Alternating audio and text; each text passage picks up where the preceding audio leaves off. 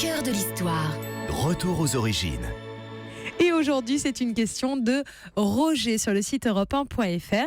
Écoutez bien, Franck, la question de Roger. Depuis quand existe-t-il des actualités filmées et de quand date le tout premier journal télévisé ? Alors le tout premier journal télévisé, ça c'est très facile et précis. En France en tout cas, il a été diffusé le 29 juin 1949 sur la RTF, la radio-diffusion télévision française, à 21h.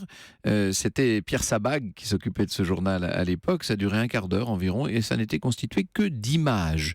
Le premier soir, il a présenté d'ailleurs des images d'un voyage en ballon qui, pour la petite histoire, manque son atterrissage, de quoi faire une grosse frayeur aux jeunes reporters qui avaient embarqué avec leur caméra. Bon, ça c'est le journal télévisé, donc juin 49. Mais il est évident que depuis bien longtemps existaient des films d'actualité. Le cinéma s'est intéressé aux événements de l'actualité quasiment dès le début, puisque vous savez que les frères Lumière filment en 1895 le débarquement des participants à un congrès de photographes à Neuville-sur-Saône, près de Lyon. Il s'agit d'un événement ponctuel qui donc est immortalisé dans une démarche qui se veut déjà quasiment journalistique. Et puis très, très vite, le but va devenir vraiment de témoigner d'une actualité.